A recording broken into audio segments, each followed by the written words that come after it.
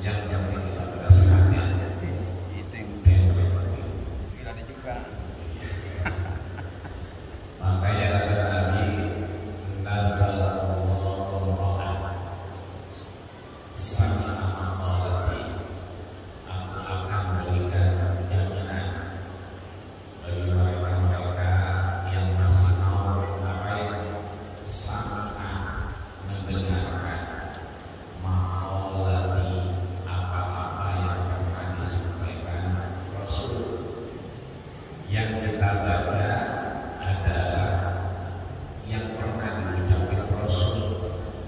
Yang kita baca adalah hadis arba'in yang juga dari Rasul. Maka mereka yang sami'ah, kita masih mau mendengarkan maqalat ini, apa yang pernah disampaikan Rasul.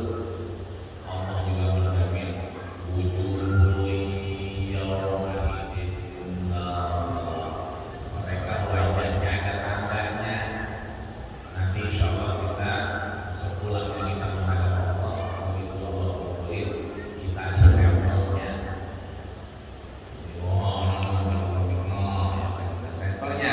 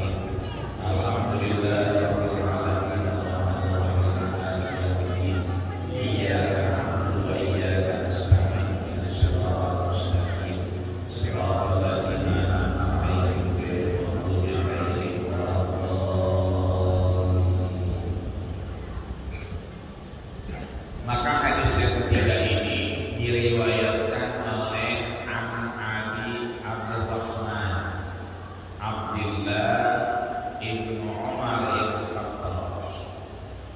Jadi kalau ujungnya kita lihat itu Umar ibn Khattab. Kemarin hadis pertama, hadis kedua juga dari Umar ibn Khattab. Cuman bedanya ini anaknya, namanya Abdullah. Abdullah punya anak namanya Abdurrahman, makanya an Abi Abdurrahman.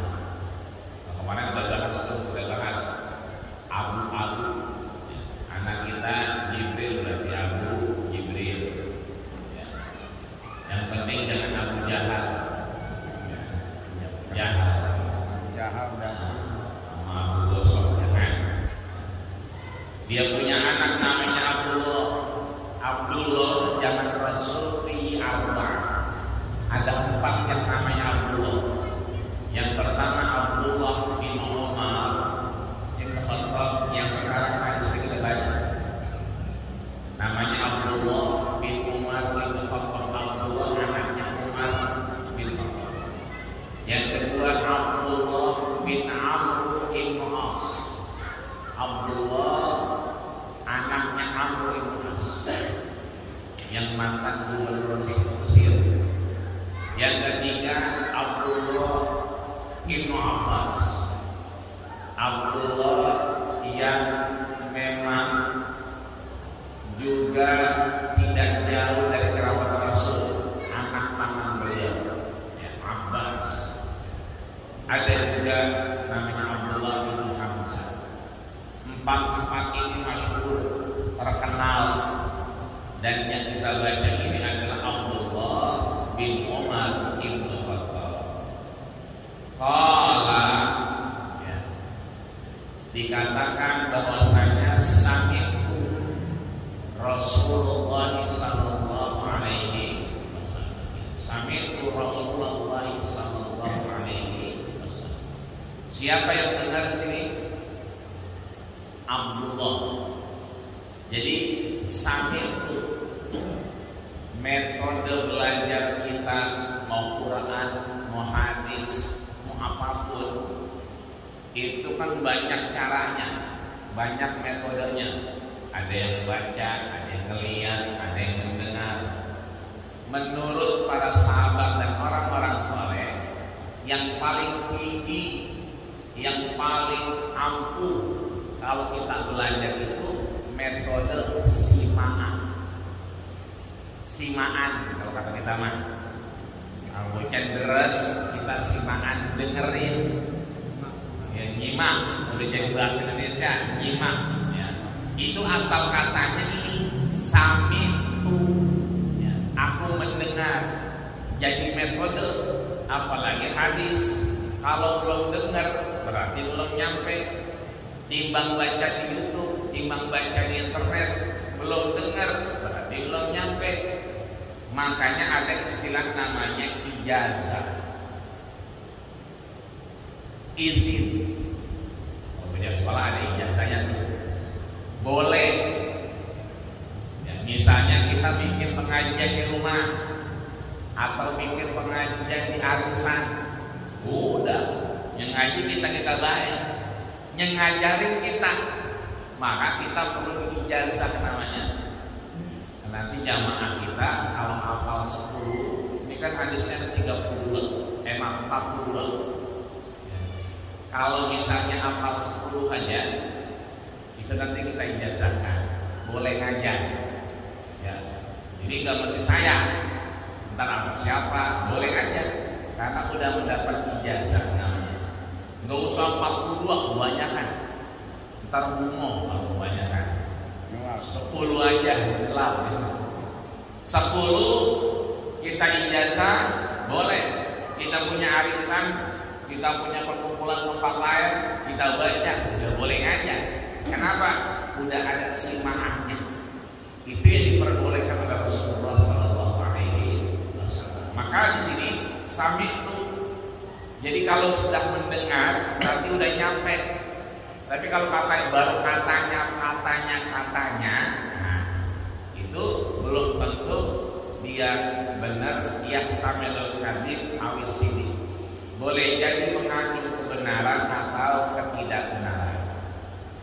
Maka ditegasin sami'tu, kata Abdullah bin Umar. Sami'tu, aku mendengar Rasulullah.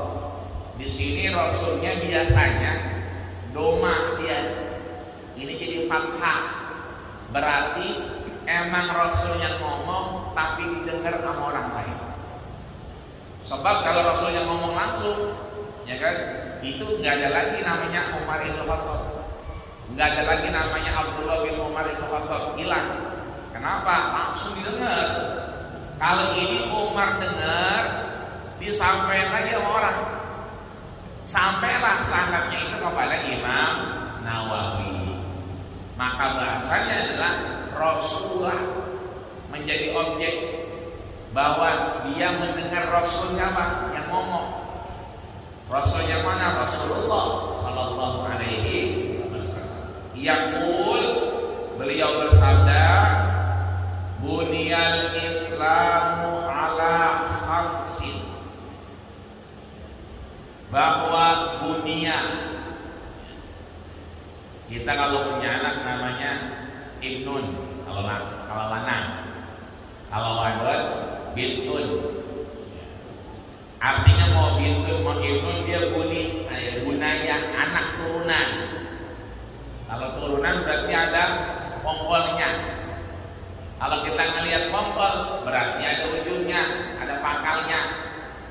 Begitupun buniyal Islam, bahasanya dibangun Islam, bangunan Islam. Jadi Rasulullah seringkali mengibaratkan agama Islam, iman, ihsan itu qaulul majazi, dikiaskan dengan sesuatu yang dilihat. Islam seperti bangunan, berarti bangunan di masjid.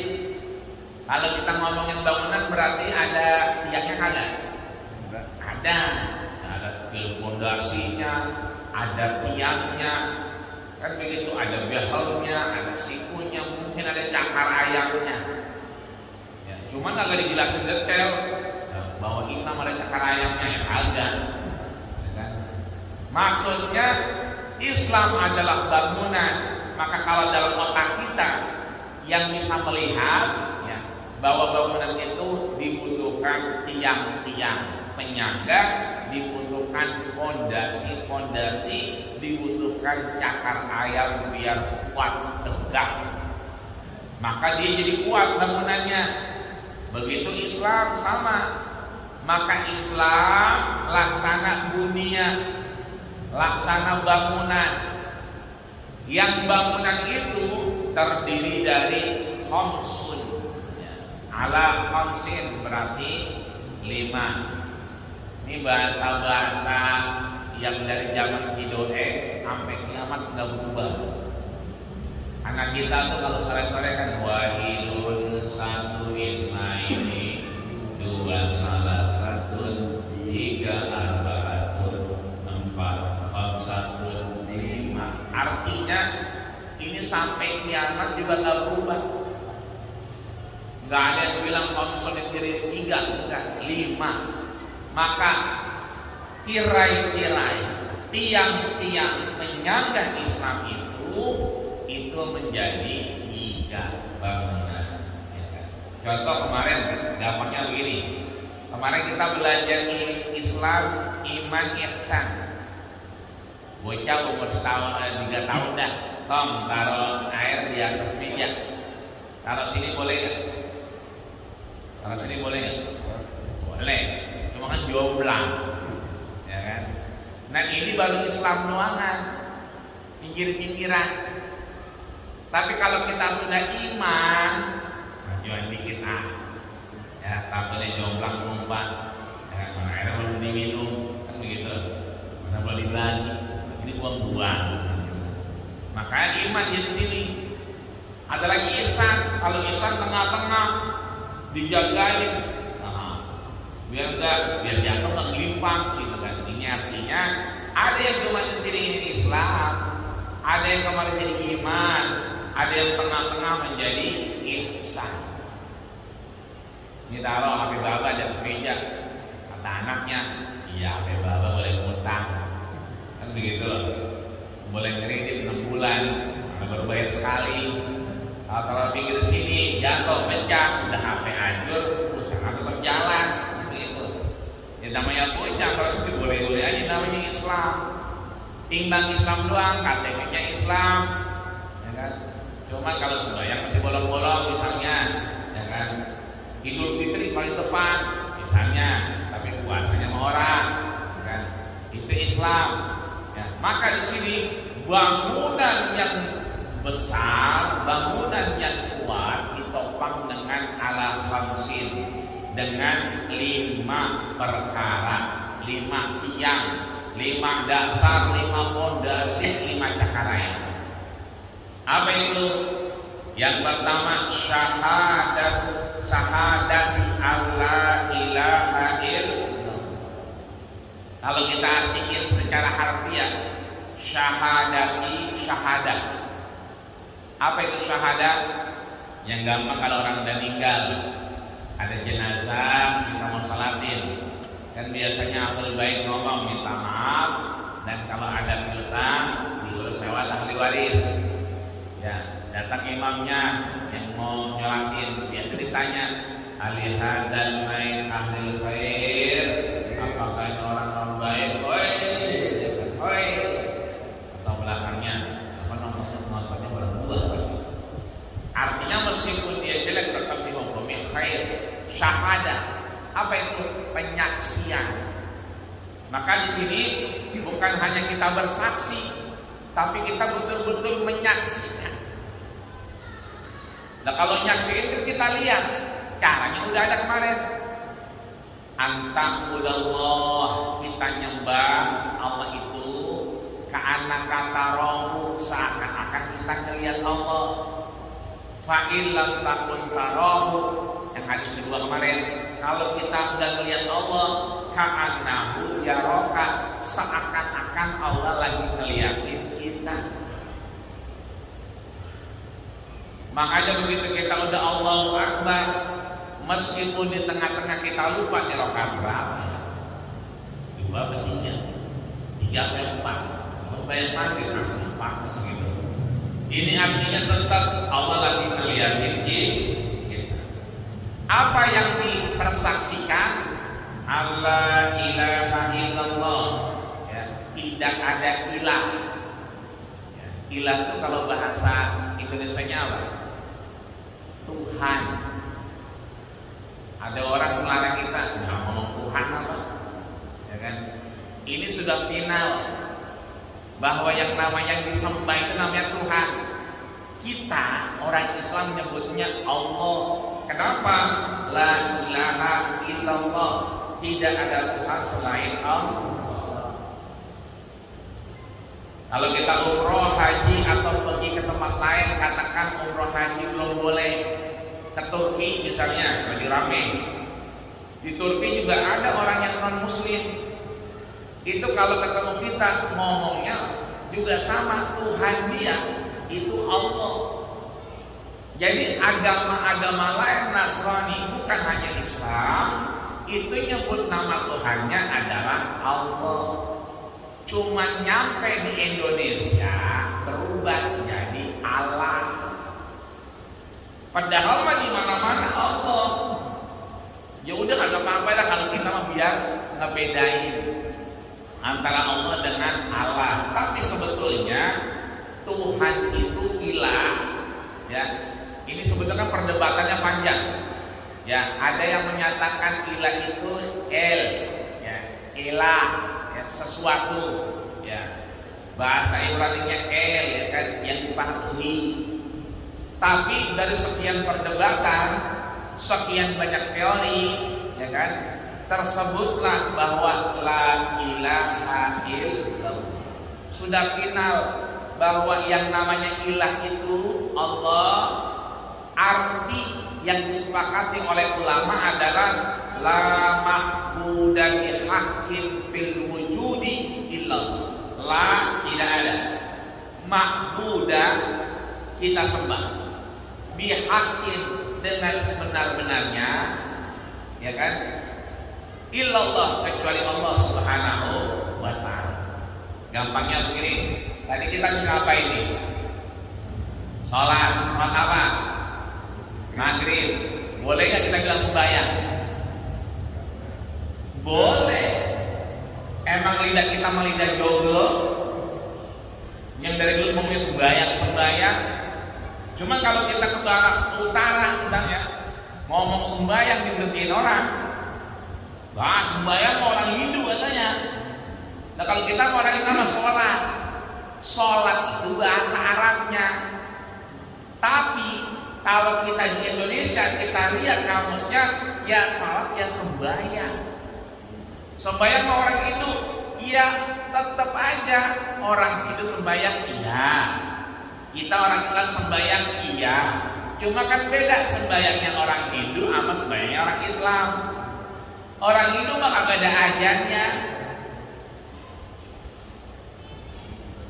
Gak perlu ada bangata kalau pagi bangun-bangunin. Kan begitu. Enggak perlu kalau nggak ada orang menanya topik nggak aja, enggak.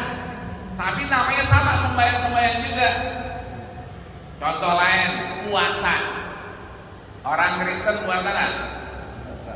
Hindu puasa. Apa Yahudi? Puasa. Sama-sama puasa.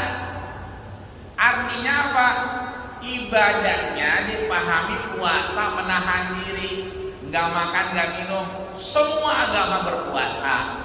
Cuman puasa kita kan ada caranya yang kita kenal dengan syariat, hukum yang mengatur, ya kan? Tadi kita sholat maghrib, sembahyang maghrib, nungguin isya, ya kan? Terus kita ngantuk, merem, ya kan? Tiba-tiba aja, batal nggak kira-kira? Ya kan? Kalau kita duduknya melonjor, batal. Kenapa? Melepas, nggak kedengeran, nggak berasa. Tahu-tahu sebelahnya makan bangkai gue. Dia mah nggak sadar kenapa hilang akal. Tapi kalau duduknya begini, sila, ya kan duduk begini, ini nggak bakal keluar. Mau ngantuk kayak apa juga. Mau yang sopan cuma begini doang, aman ini. Meskipun tidurnya 15 menit, ya kan manggut-manggut, aman. Bahkan mungkin kayak trio macan.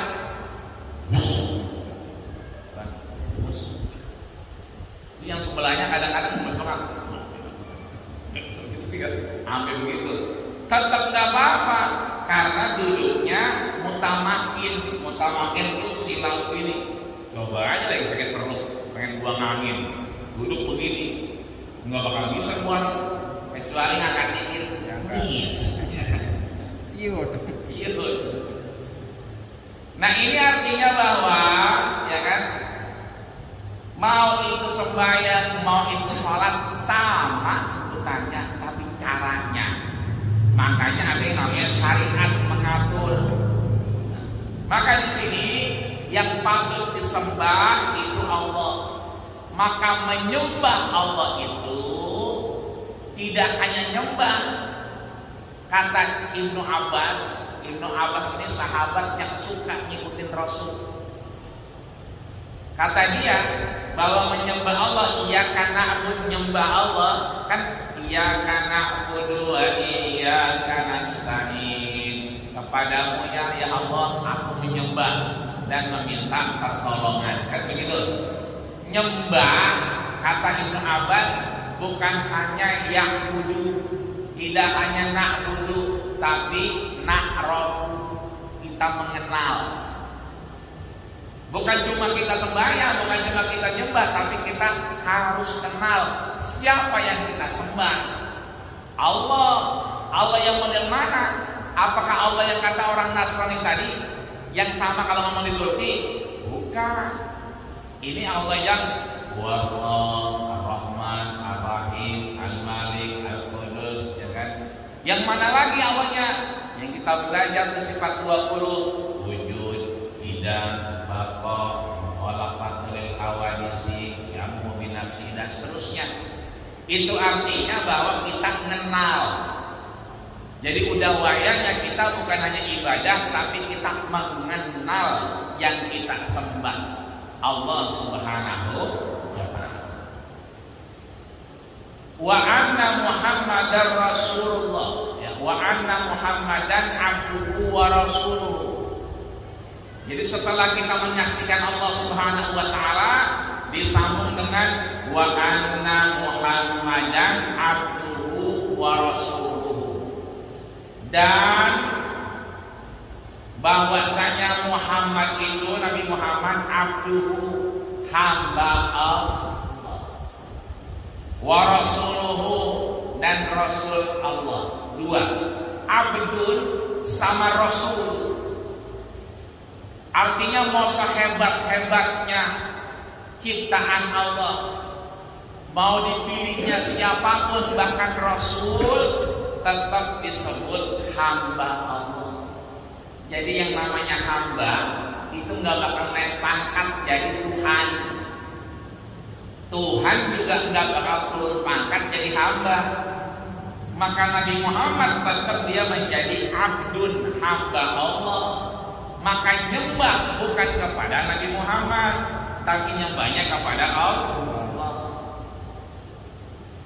Artinya ketika ada nabi yang disembah, maka itu tidak sesuai dengan kaidah yang diajarkan Abdullah bin Umar bin Khattab yang beliau mendengar dari Rasulullah sallallahu alaihi wasallam.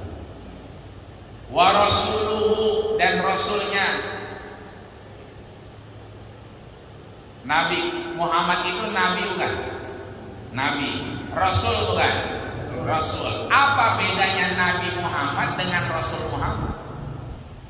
Nabi sama Rasul apa bedanya? Kadang-kadang kita sebut Nabi, kadang-kadang kita sebut Rasul. Lah bedanya apa? Dan Nabi juga, Rasul juga.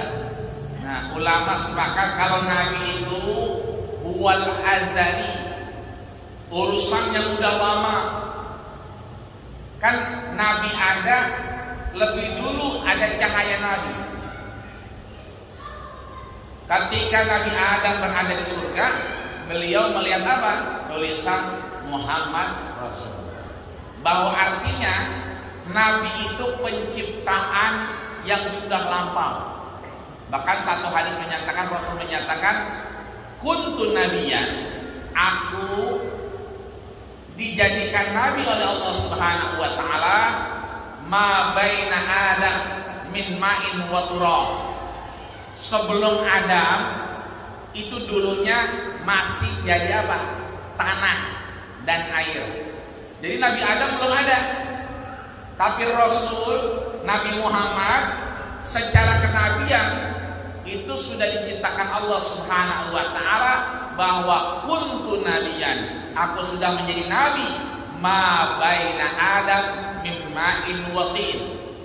Adam belum ada, baru dia senyawa antara tanah dan air. Padahal Nabi Adam huwa awwaluhu a'lal maratib. Nabi Adam itu urutan pertama dari kenabian, urutannya. Tapi Rasul Nabi Muhammad terakhir. Maka inilah dia abduhu wa rasuluhu. Rasul itu penutup dari kenabian. Jadi kalau udah namanya Rasul, udah nggak ada lagi nabi, udah nggak ada lagi yang ngaku nabi. Nggak ada tuh namanya Singkep yang dari Sukabumi, yang kemarin ngaku jadi nabi. Dia asalnya RT naik jadi RW, ya kan? Karena mungkin bagaimana akhirnya jadi nabi. Pengajiannya rame, cuman dia kalau ngaji telanjang, nggak pakai baju. Kenapa? Jibril yang nggak boleh. Ya, biar ada bedanya, begitu pakai kaniron segala macam. Ini untuk menutup bahwa abduhu wa rasuluh, Nabi Muhammad dia sebagai hamba Allah tetap tidak naik derajatnya maka nggak boleh disembah. Yang disembah Allah Subhanahu wa Ta'ala. Rasul penutup, nggak ada nabi lagi. Ini makna yang sering kita dengar dari guru kita, khatib juga sering baca tuh, ya kan? Yang maknanya itu awaluhu wa akhiruhu, awal dan akhir. Awalnya Nabi sudah diciptakan sebagai Nabi oleh Allah Subhanahu wa Ta'ala, makanya ada Nur Muhammad, cahaya kenabian Muhammad. Dari mana kita tahu? Banyak di Maulid Rasul, Barjansi misalnya, ya kan, itu sering kita baca. Termasuk Rasul itu ketika umur 2 bulan yang wafat siapa? Babanya Abdullah. Kan ada tuh, walamma tamma min hamlihi syahrani ala ashril aqwalil marwiyah. Syahrani bukan sahrini. Kalau Sahroni 2 bulan, ya, bapaknya 2 bulan meninggal, baru nikah, baru hamil, terus ditinggal lagi, kira-kira sedih apa kagak? Sedih, ya, beleberan air mata. Tapi kita lihat ada Nabi yang kemudian gak ada babanya. Siapa gak ada babanya? Nabi Isa. Nggak ada babanya. Ya. Nabi Muhammad sama nggak ada babanya sebetulnya ketika lahir. Cuma kita lihat Nabi Isa, ya kan, Siti Maryam itu dapat perintah dari Allah, ya kan, sumi, disuruh puasa. Ala kalimanna salah satu ayamin ila Ramzan, jangan ngomong. Ya, tapi apa? Fakuli. Jadi ngomongnya itu, puasanya itu puasa ngomong. Tapi kalau ada makanan, makan. Makanya Maryam itu mah kagak kerja. Tapi apa? Dikirim buah-buahan. Ya kan? Babanya Harun bingung lah, siapa yang bagi buah-buahan ini? Siapa yang bagi makanan? Makanya Maryam itu punya mihrab. Mihrab itu tempat duduk. Kita sembahyang dari situ. Ibarat kata satu sejadah. Beliau dapat kabar dari Allah Subhanahu wa Ta'ala, beliau dikabarin makan dan minum itu dijamu oleh Allah Subhanahu wa Ta'ala, apalagi Nabi Muhammad. Sehingga Maryam kemudian tidak takut. Kata beliau, walam yansasni bashar, meskipun gak ada lelaki manapun menyentuh aku. Kan banyak sekarang perempuan-perempuan pada ngomong gitu, Maryam aja gak ada lakinya bisa, masa gua gak bisa? Gitu kata dia. Maksudnya kalau Maryam mah walam yansasni bashar, lah belum pernah diboncengin sama siapa-siapa. Nah ini mah yang boncengin dia mulu, lah kan berarti dia babanya itu. Kan kira-kira begitu. Nah Nabi juga bapaknya 2 bulan meninggal, sedih Aminah, ya kan, baru nikah menjanda, suaminya meninggal, dihibur oleh Allah Subhanahu wa Ta'ala. Apa dihiburnya? Ya kan, Aminah itu yang kau kandung adalah Rasulullah, menutup para nabi khatamul anbiya. Makanya begitu lahir, ya kan, munawwaran sajidan, bercahaya sajidan, ya kemudian dia sujud, syakiran hamidan, ya menyebut nama Allah, alhamdulillah, ka'annahul badru fi tamami, mukanya itu bercahaya, badannya bercahaya. Artinya sebelum lahir Siti Aminah udah tahu itu Nabi. Kenapa? Dihibur sama Allah, didatangin malaikat Jibril. Bahkan di Barzanji kita bisa baca, atau di Sintul Duror ada, atau di Adiyah Al-Ulami ada. Ketika Aminah mau lahir, Ja'at Anisatu, ada perempuan yang datang. Siapa yang datang? Asia tua Maryam, Siti Asia dan Maryam. Orang udah mati datang, bener apa kagak? Lah itu mah haknya Allah. Itu bukan urusan kita. Yang megang ruh itu Allah. Tapi memang Aminah ini didatangi oleh yang namanya Maryam dan Asia. Itu artinya bidannya itu Maryam, bidannya itu Asia. Makanya yang nyusuin Nabi Halimatus Sa'diyah itu ngepulangin Nabi. Kan disusuin sama Halimah, dipulangin. Emang apa dipulangin anak gua? Begitu. Lah, ada orang datang ngebelek dadanya. Itu bocah dibelek, ya kan, kagak mati. Dibelek lagi kagak mati. Lebih bingung Halimah, ini mah bukan orang kali. Dibalikin sama mamanya, lihat nih anak lu nih. Anak lu dibelek orang kagak mati. Ya kan? Apa kata Aminah? Emang dia adalah kenabian, enggak bakal mati. Ya kecuali Allahu yuridu ma yurid, ketika Allah Subhanahu wa taala telah ingin mewafatkannya. Maka di sini Aminah karena sudah melihat cahayanya, maka ada kenabi. Jadi nabi udah ada sejak azali, ada sebelum Nabi Adam, bahkan Nabi Adam itu masih tanah dan air. Nabi udah disebut nabi, diciptakan Allah sebagai nabi. Tapi kenapa terakhir wa awwaluhu wa akhiruhu? Ini makna daripada dia awal dan akhirnya. Rasul berarti akhir dari utusan Allah Subhanahu wa taala. Makanya mungkin Ahmad Musodik belum tahu bahwa makna Rasul itu adalah penutup. Makanya dia pulang dari Bogor dapat wahyu. Orang-orang yang pulang dari Bogor bawa talas. Nah ini bawa wahyu, ya kan? Talas bawa biar main dari Bogor mah, ya kan? Jangan wahyu dibawa karena udah selesai. Al-yauma akmaltu lakum dinakum wa atmamtu alaikum ni'mati wa raditu lakumul Islam. Kemudian setelah syahadat apa? Wa iqamis shalah. Iqamis shalah. Apa itu iqam? Samping Mekah ada makom Nabi Ibrahim, betul? Nah, kenapa disebut makom? Bukan kuburan.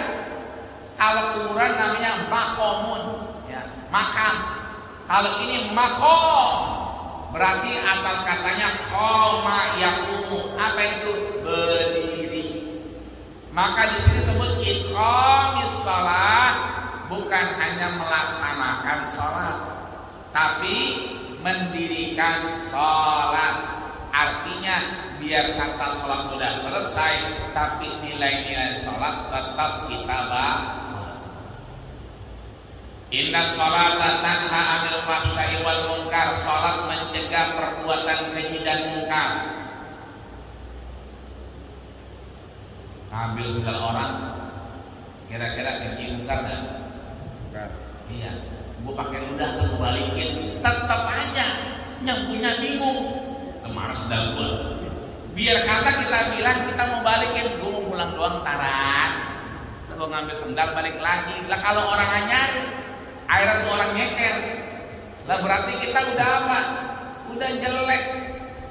Udah bukan lagi baik di hadapan Allah Subhanahu wa taala. Maka sendal kagak ada hilang. Ya udah, nyeker berarti. Syukur-syukur nemu orang yang bawa motor, boncengin kan begitu. Bukan kita pakai dulu, enggak, ya kan? Khawatirnya yang punya, kecuali yang punya kita udah pesan. Atau orang belakang, kalau dia nyari pedal, gue pakai dulu bilangin, kita gue balikin, gue ngambil pedal lu, nah baru. Ini ngomong kagak apa kagak, nggak orang pakai dulu ada dia. Nah ngomong siapa pakai dulu. Ini artinya bahwa mendirikan sholat. Setelahnya wa ita'iz zakat. Wa ita'iz zakat. Ita ini bukan membayar, tapi menunaikan.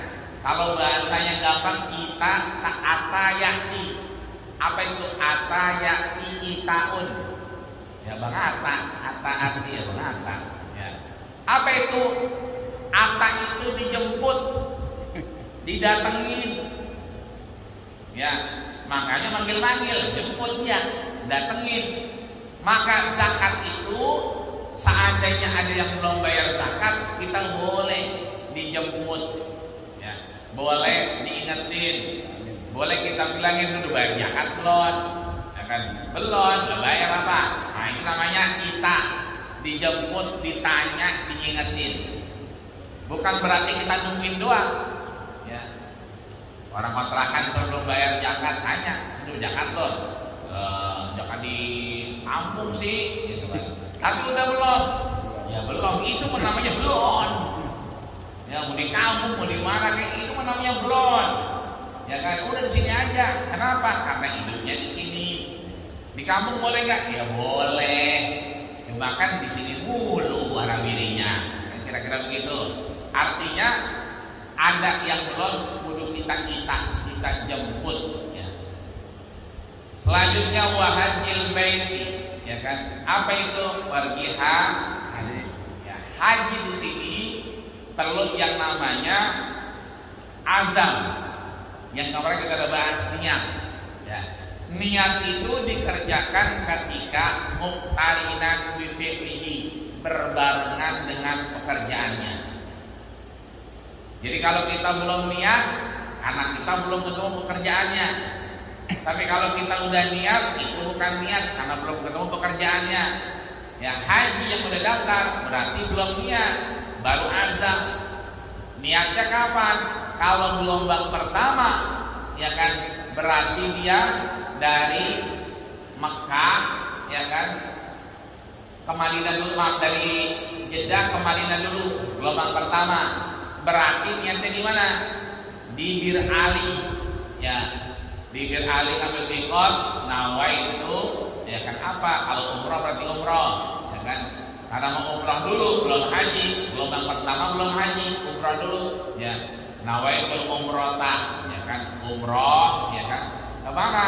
Ke Baitullah. Kalau yang gelombang kedua, ya kan, berarti langsung, ya kan, begitu nyampe, ya kan, di ngambil ajis, boleh ngambil nih mikot. Niatnya di situ. Kalau sekarang berangkatnya 2022, berarti belum, ya, apalagi diundur 2 tahun, berarti masih azam. Yang terakhir wasyaumi Ramadhan, dan puasa bulan suci Ramadan. Ya. Sama nih kayak tadi, puasa semua umat puasa. Cuman puasa kita nggak ada puasa muti. Ya. Kan ada tuh yang satu suro dia puasa cakep, mandiin keris, boleh nggak? Boleh.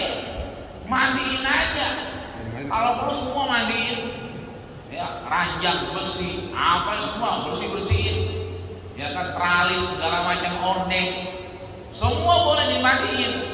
Ya, kalau mandiin keris salah satu suruh boleh, kalau perlu bolok mandiin semua, ya kan, buat Idul Adha atau pisau buat nyeset mandiin semua, boleh. Tapi tidak ada unsur akidah, tidak ada unsur kepercayaan. Lagu mah lagi iseng aja, orang-orang pada mandiin keris, mau mandiin semuanya, boleh itu, ya, karena nggak ada unsur akidah. Yang nggak boleh ada unsur akidahnya.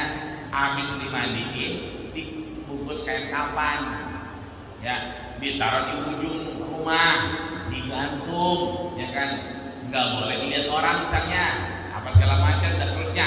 Ini artinya ada unsur akidah. Kalau ada unsur akidah berarti nggak boleh. Nah di sini puasa Ramadan sama puasanya orang Bali, puasanya orang Yahudi, puasanya orang Kristen, puasanya orang Islam disebut puasa. Cuma puasanya kita itu dimulai ketika terbit fajar sampai terbenamnya matahari. Maka mudah-mudahan bangunan-bangunan yang udah kita punya ini insya Allah bisa kita bawa sampai akhirnya kita menghadap Allah Subhanahu wa Ta'ala. Dan yang paling penting, pesan dari Rasul kepada Abdullah bin Umar bin Khattab bahwa ada namanya simaan, ya, menyimak, ya kan, tasmian, itu bagian dari metode yang paling ampuh. Biar kata kita nggak punya, tapi kita pernah dengar. Ketika kita pernah dengar, itulah sampai silsilahnya, sangatnya dari baginda kita Rasulullah Sallallahu Alaihi Wasallam. Yang kita baca dari Imam Nawawi sampai kepada Rasulullah Sallallahu Alaihi Wasallam. Mudah-mudahan kita sehat panjang umur, ada kesehatan terus untuk menggali ilmu Allah Subhanahu Wa Taala, dan ada kecintaan untuk mendengarkan makalah-makalah baginda kita Rasulullah Sallallahu Alaihi Wasallam, sehingga mudah-mudahan tadi kita bagian yang dijamin oleh Rasulullah Sallallahu Alaihi Wasallam. Amin ya rabbal alamin.